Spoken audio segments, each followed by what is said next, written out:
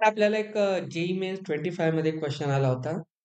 खाली काही फोर्सेसचे टाईप दिले विचारलं की हा पैकी कोणता नॉन कन्झर्वेटिव्ह फोर्स आहे. त्याच्यावर इतका सिंपल क्वेश्चन सुद्धा कधी कधी विचारला जातो आणि खूप सारे स्टुडंट आहेत त्यांना ते पण माहीत असते. त्याच्यामुळे खूप छोट्या छोट्या गोष्टी पण आपल्याला माहीत असण्याची गरज आहे. त्यासाठी आता फोर्सेसमध्ये आपल्याला दोन टाईपचे फोर्स पाहायचे असतात. एक असतात कन्झर्वेटिव्ह फोर्सेस आणि दुसरे असतात नॉन कन्झर्वेटिव्ह फोर्सेस. आता कन्झर्वेटिव्ह शब्दावरून काय कळतं आपल्याला की असा फोर्स जो काहीतरी कन्झर्व करतो, म्हणजे तो पहिल्या गोष्टीला परत एकदा वापस आणतो, म्हणजे तो कुठलाही चेंज होऊ देत नाही. याला आपण म्हणतो कन्झर्वेटिव्ह. आणि हे नॉन कन्झर्वेटिव्ह ज्यामध्ये चेंजेस होतात. आता आपल्याला या दोघांनाही ठरवण्यासाठी एक कॉन्सेप्ट आहे किंवा त्याची एक निशाणी आहे. जसं कन्झर्वेटिव्ह फोर्सेस म्हणजे काय, तर कन्झर्वेटिव्ह फोर्सेसला डिफाईन कसं केलेलं आहे पहा. वर्क डन ही याची डेफिनेशन आहे. वर्क डन बाय और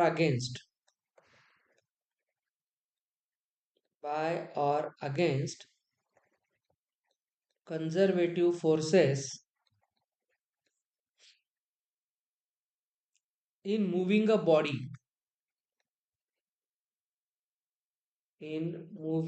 body from one position to another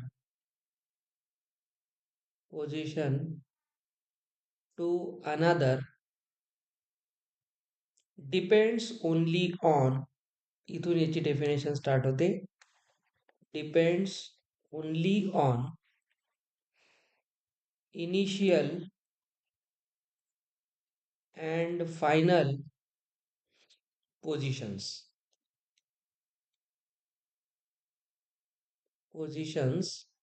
of body, not on the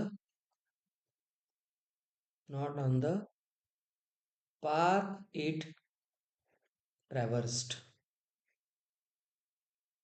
त्याच्यात 2-3 महत्वाचे शब्द आहेत. असं कोणतंही वर्क जे आपण कन्झर्वेटिव्ह फोर्सेसच्या अगेन्स्ट केलेलं आहे किंवा कन्झर्वेटिव्ह फोर्सेसने केलेलं आहे, बाय और against, depends only on initial and final position, not on the path. तो ऍक्च्युली कोणत्या पाथने गेला, तो ऑब्जेक्ट एका ठिकाणाहून दुसऱ्या ठिकाणी कोणत्या पाथने गेला त्याच्यावर ते वर्क डिपेंड नाही. आता पाथवर डिपेंड असण्याचं मिनिंग काय, डिस्प्लेसमेंट कसं झालं ते पाहतो. आता इथे तुम्ही एक एक्झाम्पल घ्या. एक पॉइंट ए आहे आणि हा एक पॉइंट बी आहे. एका ऑब्जेक्टला पॉइंट ए कडून बी कडे जायचंय, तर तो असाही जाऊ शकतो, दॅट इज अ वे. तो असाही जाऊ शकतो, तो असाही जाऊ शकतो, असाही जाऊ शकतो, असाही जाऊ शकतो. आता त्याच्याकडे असे जाण्याचे इन्फायनाईट वेज आहेत, है की नाही. तर इथे आपण जे आता पाहतोय त्याच्याकडे हे 1 2 3 4 5 6 वेज आहेत सध्या, इकडे पाथ आहे. तर आपल्याला वाटू शकते की चला या पाथून गेला किंवा या पाथून गेला, तर इथून इथं जाण्यासाठी त्याला जे फोर्सेस लागले ते वेगवेगळे असू शकतात. पण जर ए टू बी ऑब्जेक्ट जात असेल आणि इथला जर फोर्स कन्झर्वेटिव्ह फोर्स असेल, तर आपण लक्षात घ्यायचं work done from A to B is same in all cases. कोणत्याही पाथने जरी ऑब्जेक्ट गेला तरी त्याचं वर्क डन सेमच राहतं. ठीक आहे. तर कन्झर्वेटिव्ह फोर्समध्ये तुम्ही मेन गोष्ट काय पाहणार, तो इनिशियली कुठं होता ऑब्जेक्ट, ठीक आहे, इनिशियली कुठं होता आणि फायनली कुठं आहे त्याच्या इनिशियल आणि फायनल पोझिशनवरच तो डिपेंड आहे. तो मध्ये तिथे कसा गेला त्या पाथचं काही घेणं देणं नाही. That is called conservative forces. आता असे कन्झर्वेटिव्ह फोर्सेस जे असतात हे कोणते कोणते आहेत? तर खूप कोणते आहेत एवढं पाठ करण्यापेक्षा कोणता फोर्स कन्झर्वेटिव्ह नाही ते एकच पाठ करा. ठीक आहे.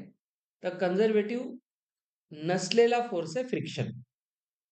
बाकी मग सगळे फोर्सेस कन्झर्वेटिव्ह फोर्सेस आहेत. आणि त्याचं मेन एक्झाम्पल करतो म्हणला तर ग्रॅव्हिटेशन, पुन्हा इलेक्ट्रोस्टॅटिक फोर्स, नॉर्मल फोर्स, हे जे सगळे फोर्सेस आहेत दीज आर कन्झर्वेटिव्ह फोर्सेस. तर लक्षात ठेवायचं, असा कोणताही फोर्स ज्याच्यामुळे झालेलं वर्क डन हे इनिशियल आणि फायनल पोझिशनवर डिपेंड आहे, पाथवर नाही. संपलं. एवढंच लक्षात ठेवायचं. त्याच्यामध्ये तुम्ही एक्झाम्पल द्या. बेस्ट एक्झाम्पल आहे ग्रॅव्हिटेशनल फोर्स. आता आपण ह्याला त्या त्या चॅप्टरमध्ये परत एकदा पाहणार. फक्त तुम्ही टाईप म्हणून लक्षात ठेवायचं. ग्रॅव्हिटेशनल आहे. त्याच्यानंतर कुलोम्बिक फोर्स आहे. कुलोम्बिक फोर्सलाच आपण काय म्हणतो? Electrostatic force. ठीक आहे, एटसेट्रा. आता नसलेला याच्यामध्ये पुढे घ्या जाल मग तर non conservative force.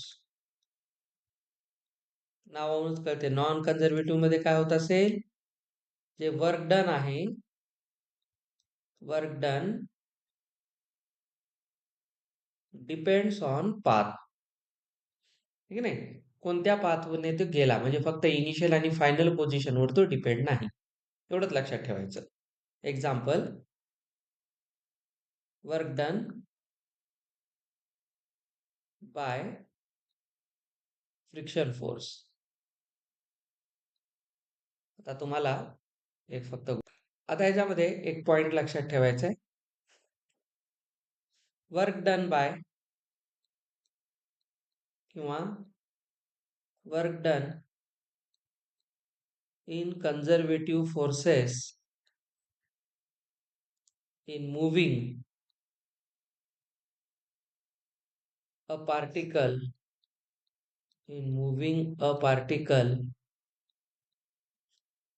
along a closed path. हे एक महत्वाचं आहे. क्लोज्ड पाथ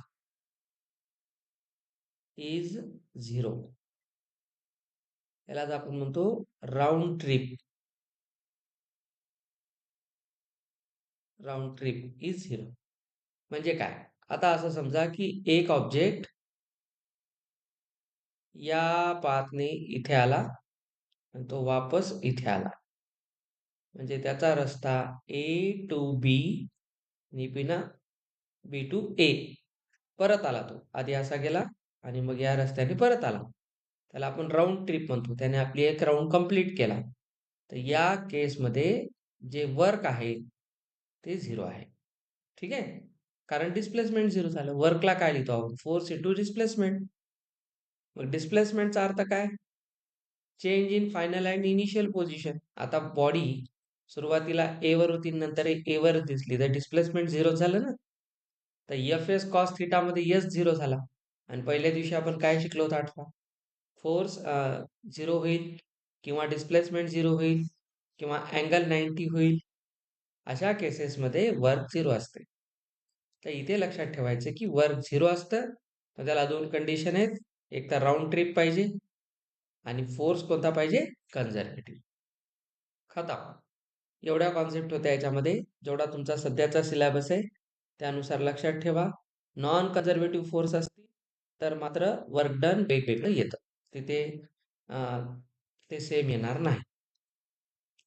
चलो, आता आपण या सगळ्या डिस्कशन नंतर या चॅप्टरचा एक मेन पार्ट सुरू करतोय. इथे वर्क संपलं. आपण वर्क पाहिलं, वर्कचा बेसिक फॉर्म्युला, त्याची डिपेंडन्सी आणि वेगवेगळ्या टाईपमध्ये आपण वर्क कॅल्क्युलेटही करून पाहिलेले आहे. ब्लॉक टाकल्यानंतर, पुली असताना, त्या या गोष्टी आपण जे NLM मध्ये यूज करतो ते. आता जेव्हा आपले जे प्रश्न येणार आहेत मिक्स होऊन, ते कुठल्या एका कॉन्सेप्टवर येणार नाहीत. म्हणून आपल्याला हा चॅप्टर आधी नीट समजून घ्यावा लागेल. एनर्जी. एनर्जी काय आहे? तीच डेफिनेशन आहे जी आपण लाईफ मध्ये पहिल्यांदा शिकली होती 6वी 7वी ला असताना. What is energy? Capacity to do work. हेच आहे. म्हणजे बघा, it is defined as capacity of any body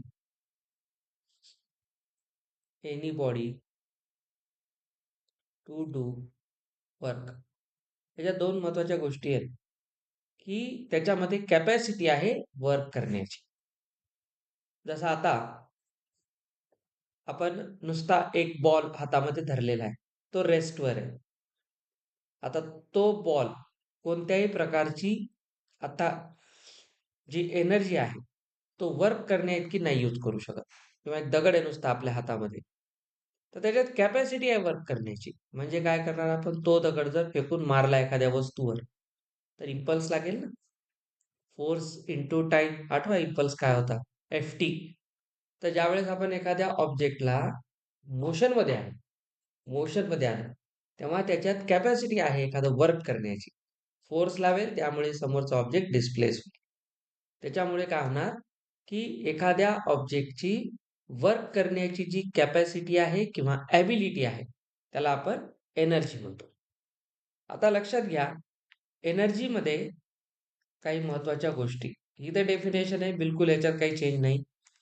एनर्जीचं जे युनिट आहे ते आहे जूल.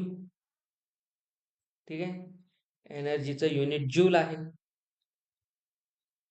जूल हे आहे त्याचं SI युनिट, किंवा आहे अर्ग, हे आहे CGS युनिट. आणि आपल्याला माहिती आहे 1 जूल इज इक्वल टू 10⁻⁷ अर्ग. हे पाठ पाहिजे, हे खूप जागी विचारतात. और त्यालाच उलट लिहू शकता, 1 अर्ग काय असेल, 10⁻⁻7 जूल. निगेटिव्ह ऑपोजिट होऊन जाईल त्याच्या, कारण बघा हा डिवाइड मध्ये जाईल आणि वर येऊन पॉवर मायनस होईल. तर हे त्याचं युनिट झालं. युनिट नंतर dimensions. Dimension same as work. एनर्जीचे डायमेन्शन वर्कलाच इक्वल आहेत. बघा त्याचं युनिट आहे वर्कलाच इक्वल आहे, त्याचे डायमेन्शन आहे वर्कला इक्वल आहेत. हे काय असतील, ml2t-2. वर्कचे जे डायमेन्शन आहे तेच एनर्जीचे आहेत. अजून इट इज अ, हे सगळं माहित पाहिजे, it is a scalar quantity. ठीक आहे, ही स्केलर क्वांटिटी आहे, म्हणजे हिला डायरेक्शनची गरज नाही, फक्त मॅग्निट्यूडवर डिपेंड आहे. वर्क एक स्केलर आहे, डॉट प्रोडक्ट लिहितो आपण. त्याच्यामुळे युनिट, डायमेन्शन या तीन गोष्टी नेहमी आपल्याला माहित पाहिजे. आता एनर्जीमध्ये वेगवेगळ्या फॉर्म मध्ये एनर्जी असते. आता आपल्याला एनर्जी कन्झर्वेशन माहिती आहे. एनर्जी इज कन्झर्व्ड म्हणजेच काय होते, आपण त्याचा जो लॉ पाहिला, नॉट क्रिएटेड और डिस्ट्रॉइड. हे आपण कधीच तयार करत नाही, डिस्ट्रॉय करत नाही. Only can be converted. तिला आपण फक्त कन्वर्ट करू शकतो. आता याच्या एक्झाम्पल्स मध्ये तुम्ही काय द्याल, एक असते सगळ्यात महत्वाची मेकॅनिकल एनर्जी, जी आपण या चॅप्टर मध्ये डिटेलमध्ये शिकलो. मेकॅनिकल एनर्जी, यांत्रिक ऊर्जा. आता मेकॅनिकल एनर्जी मध्ये दोन कार्यकर्ते महत्वाचे आहेत, जे आपण आधी शिकतो. पहिला आहे कायनेटिक एनर्जी, दुसरे आहे पोटेन्शियल एनर्जी.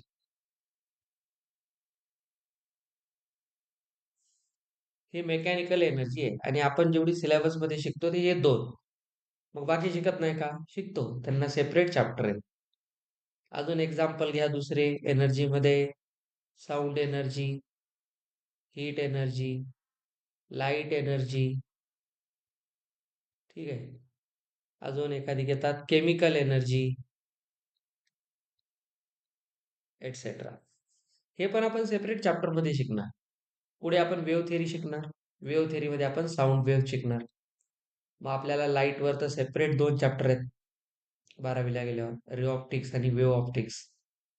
हीटवर आत्ता आपल्याला 11वीलाच केटीजी आहे, थर्मोडायनॅमिक्स आहे, कॅलरीमेट्री आहे. ते सगळे हीटवर आहे. केमिकल एनर्जी तुम्ही ऑलरेडी डॅनियल सेल वगैरे जे केमिस्ट्रीमध्ये चॅप्टर शिकता. ठीक आहे, पुढे चालून केमिकल इक्विलिब्रियम आहे. त्याच्यानंतर आयनिक इक्विलिब्रियम आहे. पुढे तुम्ही सोल्युशन चॅप्टर शिकता. त्याच्यामध्ये तुम्हाला हे सेल्स वगैरे असतात, तिथं केमिकल एनर्जी शिकता येते. तर या सगळ्या एनर्जी आपण वेगवेगळ्या चॅप्टर्समध्ये शिकतो. या चॅप्टरमध्ये आपण स्पेशली शिकणार mechanical energy. It is of kinetic and potential energy. आता आपण जनरली लहानपणापासून काय करतो? आधी पोटेन्शियल एनर्जी शिकतो, मग कायनेटिक एनर्जी. पण ॲक्च्युअली जे मेन्सच्या प्रिपरेशनमध्ये आधी कायनेटिक एनर्जी शिकतात. पोटेन्शियल एनर्जी एक सेपरेट टॉपिक आहे आणि तो थोडासा डीप आहे. म्हणून बघा, आता जो मी तुम्हाला जेईचा क्वेश्चन दाखवला त्यात पोटेन्शियल एनर्जी कोणती विचारते. तर पोटेन्शियल एनर्जीवर सेपरेट क्वेश्चन्स असतात. आता आपण पहिल्यांदा पाहूया कायनेटिक एनर्जी.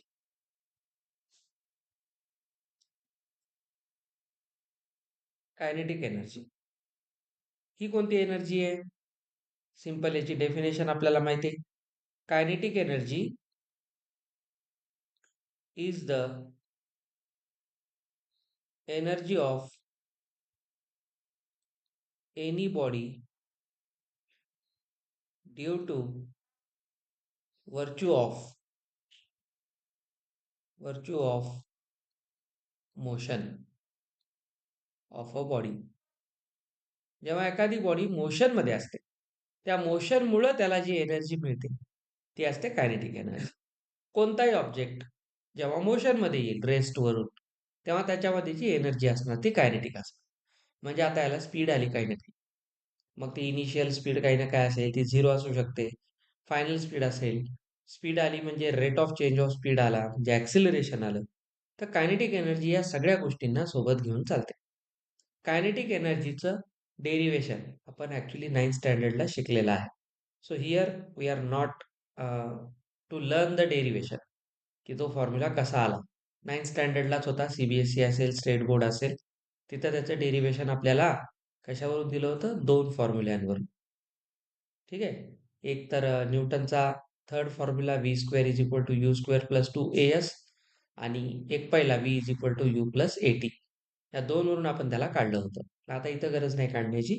इथे लक्षात ठेवायचं, तर kinetic energy is half mv square. जगप्रसिद्ध फॉर्म्युला आहे, पाठच आहे आपल्या सगळ्यांना हा. तर कधीही मास इंटू व्हेलॉसिटीचा स्क्वेअरचा हाफ असतो हा. आणि ह्याच्यामध्ये मेन गोष्ट लक्षात ठेवा. आता बघा काय काय होतं. मास ऑलवेज पॉझिटिव्ह, मास कधी निगेटिव्ह नसते. Velocity can be positive negative both, it's a vector quantity, but as it's a square it cannot be negative. 1/2 is a number, it is also positive. So overall this quantity is positive. When speed becomes 0, then energy becomes 0. त्याच्यावर आपण म्हणू शकतो kinetic energy can never be negative. हे वाक्य कधी विसरायचं नाही. या फॉर्म्युल्यावरून वी मस्ट लर्न और understand that kinetic energy is always positive. ठीक आहे. हा, it can be, it can be 0, no problem. 0 होऊ शकते किंवा 0 पेक्षा जास्त होऊ शकते. आता आपण या फॉर्म्युल्याला ऍक्च्युली अजून एका प्रकारामध्ये पाहू शकतो.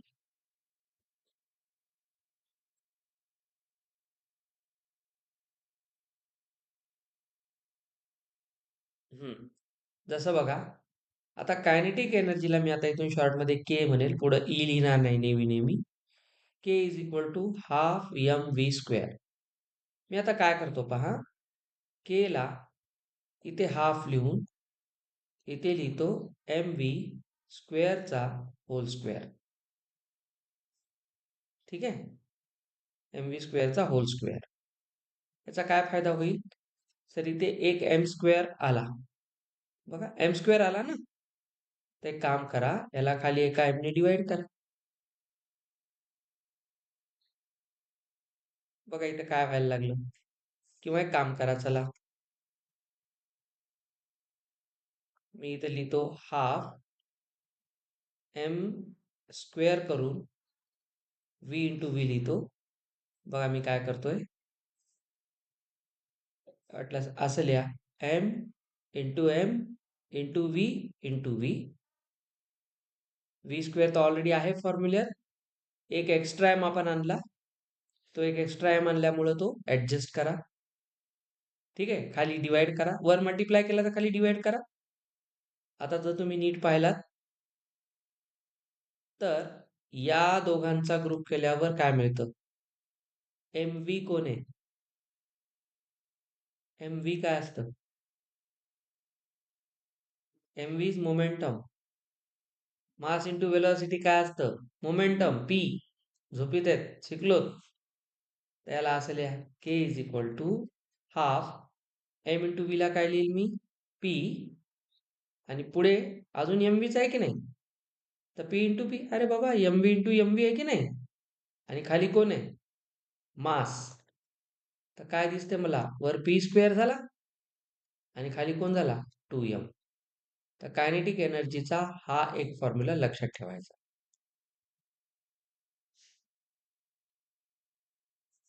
संपलायचा खेळ. तर कायनेटिक एनर्जीचा एक फॉर्म्युला कोणाच्या बाबतीत? मोमेंटमच्या रिस्पेक्ट मध्ये हा लक्षात ठेवायचा नेहमी. Kinetic energy is also given by P square by 2m. मोमेंटमचा स्क्वेअर करून त्याला मासच्या डबलने डिवाइड करतात. जर तुम्ही नीट पाहिलात तर हे दोन्ही एकच आहेत, फक्त आपण त्याला लिहिले वेगळ्या पद्धतीने. आता तुम्ही याला असं लिहू शकता, बघा. तर पी स्क्वेअर काय होईल पहा बरं? 2k m किंवा 2m k होईल. 2m k होईल. तर मोमेंटम काय होईल? Under root 2m k. हा पण एक फॉर्म लक्षात ठेवा, एक्झाम मध्ये खूप विचारतात. तर कायनेटिक एनर्जी कोणत्याही बॉडीच्या मोशनमुळे त्याला आलेली एनर्जी असते.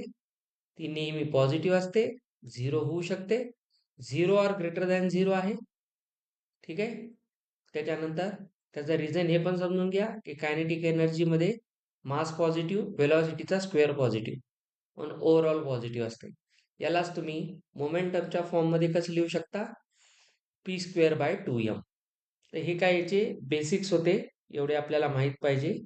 त्यामध्ये बिलकुल चेंज नाही करायचा. आता हे जे क्वेश्चन्स वेगवेगळ्या टाईपमध्ये येतात, मोमेंटमवरचं तर आपण रिलेशन आत्ताच पाहिलं. आता आपण या चॅप्टरचा सगळ्यात महत्वाचा भाग शिकणार आहोत. जसं पूर्ण NLM मध्ये कोण होता सगळ्यात मेन? न्यूटनचा second law. तुम्ही बघा, net force is equal to mass into acceleration. ह्याच्यानेच आपण क्वेश्चन सॉल्व्ह केले की सगळे. ब्लॉक असेल, स्प्रिंग असेल, कुठे नेट फोर्स काढत होतो. तसा वर्क एनर्जी थेरम मध्ये सगळ्यात महत्वाचा, वर्क एनर्जी पॉवर मध्ये सगळ्यात मेन भाग आहे तो आज आपण पाहतोय, वर्क एनर्जी थेरम. आता वर्क एनर्जी थेरम ही थोडक्यात वर्कचे क्वेश्चन किंवा कायनेमॅटिक्सचे क्वेश्चन सॉल्व्ह करण्याची एक शॉर्टकट आहे. आपण जे कायनेमॅटिक्सचे इक्वेशन लावून सॉल्व्ह करत होतो, आठवा काय काय फॉर्म्युले होते? स्ट्रेट लाईन मोशन मध्ये किंवा 1D मोशन मध्ये आपण मॅक्सिमम हाईट कशी लिहित होतो सांगा? You square by 2g. त्यालाच आपण प्रोजेक्टाईल मध्ये काय लिहित होतो? You square sine square theta by 2g. आठवा, थोडंसं विसरू नका गोष्टी आता, कारण आता तुम्ही 50% सिलेबसला आला. तर you square sine square theta by 2g. फक्त साइन स्क्वेअर थिटा लावला की तो प्रोजेक्टाईल होतो, आणि नुसता यू स्क्वेअर बाय 2g लावला की तर तो 1D मध्ये जातो. त्याला आपण कसं कसं प्रूव्ह केलं होतं? कायनेमॅटिकचे इक्वेशन लावून. तर मोस्ट केसेसमध्ये जेव्हा जेव्हा आपल्याला एखाद्या बॉडीच्या मोशनमध्ये इनिशियल आणि फायनल व्हेलॉसिटी यांना रिलेट करायचं असतं, तेव्हा आपण वर्क एनर्जी थेरम लावतो. वर्क एनर्जी थेरम काय सांगतो? आधी याचं स्टेटमेंट समजून घ्या. It states that it states that work done by all forces. आता ऑल फोर्सेस मध्ये कोण कोण आलं? कन्झर्वेटिव्ह आले, नॉन कन्झर्वेटिव्ह आले, इंटरनल फोर्सेस आले, एक्सटर्नल फोर्सेस आले, सगळे फोर्सेस आले. Main work done by all forces acting on a particle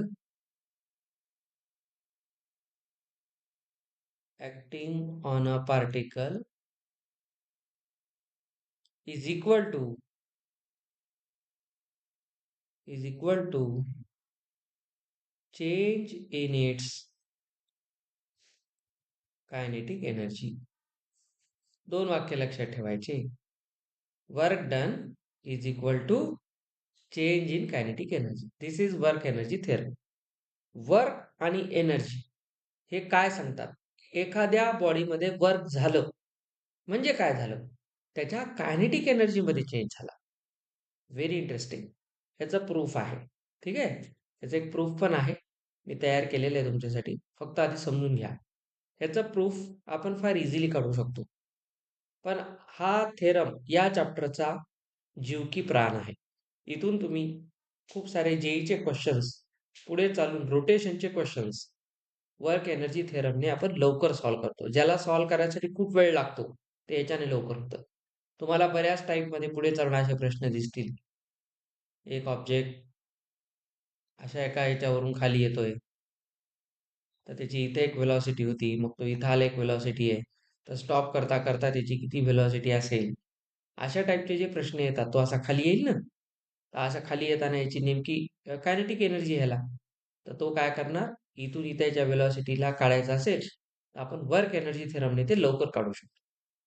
तर असे जेवढे क्वेश्चन्स आहेत हे खूप पॉप्युलर क्वेश्चन्स आहेत. मी काढलेत काल तुमच्यासाठी काही क्वेश्चन. आता आपण आधी कॉन्सेप्ट शिकून घेत आहोत. तर समजून घ्या थोडक्यात. वर्क डन कशाला इक्वल असते? Change in kinetic energy. अर्ध्या रात्री झोपेतून उठून विचारलं तरी सांगता आलं पाहिजे वर्क एनर्जी थेरम काय आहे. आपण आता हा जो पॉईंट शिकतोय साधारणतः 3 डिसेंबरला सकाळी 7:29 हा तुमच्या जेई मेन्सच्या प्रवासातला एक खूप महत्वाचा थेरम आहे. आता तुम्हाला याचं महत्व कळलं असेल. तर हे काय सांगते सरळ सरळ लक्षात घ्या. सो सो नेटवर्क, वर्क हे कधीही नेटवर्क असते. जसं फोर्स नेट लावत होतो तसं वर्क हे नेट असते. Net work is equal to change in kinetic energy. एवढाच थेरम आहे. म्हणजे काय म्हणायचं याला बघा बरं. सर वर्क डन कधीही final kinetic energy minus initial kinetic energy. कळते काही? छान. सर कायनेटिक एनर्जीचा काय फॉर्म्युला आहे? Half mv² minus half mu². अरे इनिशियल आहे ना, याचाच अर्थ काय? हाफ आणि m कॉमन काढा, v² मायनस u² लिहा. देखो कुछ याच्यात v² मायनस u² दिसला, याच्यावरून काय अंदाज आला का? v² मायनस u² म्हणजेच कायनेमॅटिक्सचा फॉर्म्युला नंबर 3 न्यूटनचा. म्हणून तुम्हाला म्हणलं ते क्वेश्चन ह्याच्या हेल्पने लवकर सॉल्व्ह होतात. आता तुम्ही ह्याला उलट पण विचार करून पाहू शकता. इथे जर मी वर्क लिहिलं, इथे हाफ हा m लिहिला, तर v² मायनस u² तर 2as असतो ना. ठीक आहे. बघा बरं, मास इंटू ऍक्सेलरेशन. जादू कशी आहे बघा. हे वर्क आहे, हे हाफ आहे, मास इंटू ऍक्सेलरेशन फोर्स आहे, force into S displacement. Force into displacement तर वर्क आहे, आणि एक एक्स्ट्रा 2 आहे. तो 2 याच्यासोबत कॅन्सल होतो. Work is equal to work. म्हणजे कायनेटिक एनर्जी ऍक्च्युली काय आहे? वर्क डनच आहे. कायनेटिक एनर्जी मध्ये चेंज होतो म्हणजे आपण जेव्हा एखादं वर्क करतो कोणत्याही फोर्सेसने, तेव्हा आपण इनडायरेक्टली काय सांगू शकतो? आपण त्या बॉडीच्या कायनेटिक एनर्जी मध्ये चेंज केलेला आहे. इनिशियली त्याची एवढी एनर्जी होती, फायनली एवढी आहे. हा जो चेंज आहे, it is nothing but the work done. तर खूप इम्पॉर्टंट स्टेटमेंट आहे. तुम्ही याला फोर्सच्याच फॉर्म्युल्यावरून आपण ह्याला सॉल्व्ह करतो. आता याचं प्रूफ पण आहे. मी तुम्हाला एक प्रूफ दाखवतो. फक्त लक्ष देऊन पहा. आपण एक बनवले सेशन तुमच्यासाठी. सध्या मी तुम्हाला लिहून काही गोष्टी दाखवणार आहोत. आता हे आपण केलेलंच आहे. हे बघा, आता आपण पाहिलं p²/2m kinetic energy, work energy theorem. ह्याला वेट म्हणतात. तर वेट करा आणि नीट समजून घ्या. हा थेरम काय सांगतो? Net work is change in kinetic energy. Now let us see this. पुढे जाऊ आपण. आता आपण ह्याला थोडंसं घेऊया.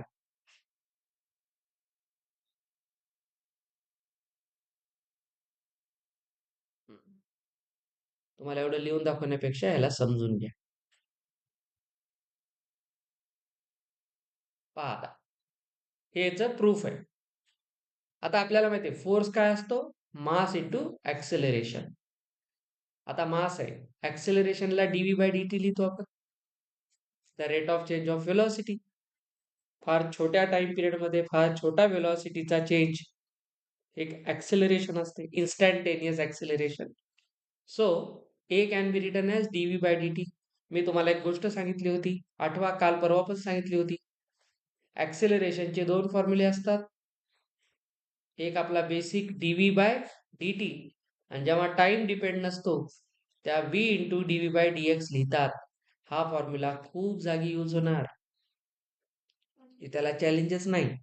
तर बघा इथं काय केलंय, ऍक्सेलरेशनला काय लिहिलं? v into dv/dx.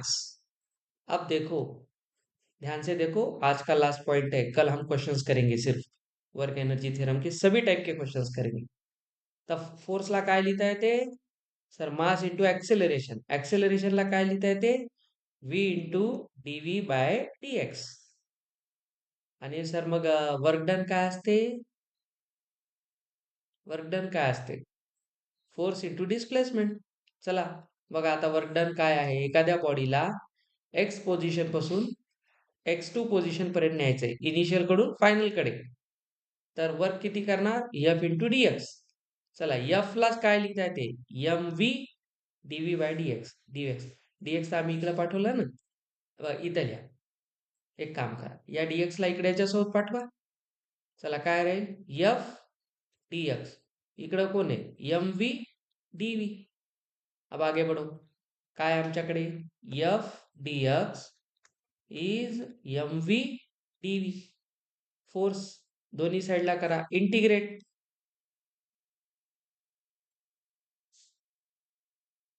मासला बाहेर काढा, कांस्टेंट है ना, v dv. अब बताओ फोर्स को क्या लिखेंगे? बघा इथं बघा, फोर्स तुम्ही हे लिहिले याला. चला, फोर्स इंटू डिस्प्लेसमेंट दिसते? लक्ष नाहीये मग मी नाही शिकवणार. Force into displacement is work. छोट्या छोट्या वर्कला इंटिग्रेट केलं. ऑब्जेक्टला कुठून कुठं न्यायचं होतं? इनिशियल कडून फायनल कडे. तर हे सगळं मिळून काय होईल? एक वर्कच होईल ना, मास. आणि हे काय होईल? v²/2. वेलॉसिटी कुठून कुठे न्यायची होती? इनिशियल कडून फायनल कडे. समजलं? चला एकदा अप्पर लिमिट ठेवा, मास बाहेर ठेवा, हा 2 पण बाहेर काढा. 2 पण बाहेर काढतात. उरला कोण? v². vu. एकदा अप्पर लिमिट ठेवा, तर कोण येते? v ला v ठेवलं तर v² मायनस u². आता आपण काय केलं होतं? तेच केलं होतं, आठवा. तो v²/u², वर्क एनर्जी. अब देखो, इसको हम क्या लिख सकते हैं? mv²/2 minus mu²/2. Half mv² कौन है? तो ये तो फाइनल काइनेटिक एनर्जी है, और ये इनिशियल काइनेटिक एनर्जी है. म्हणून work done is change in kinetic energy. हा थेरमच खूप महत्वाचा होता म्हणून मी थोडंसं याच्यावर फोकस केलेला आहे. हा थेरम आजपासून लक्षात ठेवायचा आहे. त्याचं प्रूफ आहे. आपण याला कसं काढलं यू कॅन सी हिअर. बघा हे तेच प्रूफ आहे. आपण इनिशियली ठेवून ह्याला सॉल्व्ह केलेलं आहे. याचे एवढे ऍप्लिकेशन्स आहेत. पुढे मग आपल्याकडे जी शीट आहे या शीटमध्ये जवळपास फक्त याच्यावरच 10-12 क्वेश्चन्स आहेत वेगवेगळ्या टाईपचे. तर आज आपण कायनेटिक एनर्जी पाहिली, त्याचं मोमेंटम सोबत रिलेशन पाहिलं आणि वर्क एनर्जी थेरम पाहिला. समजलं? तर या तिघांवर डिपेंड उद्या आपण क्वेश्चन्स करूया. इथे आपला हा कॉन्सेप्ट संपतो.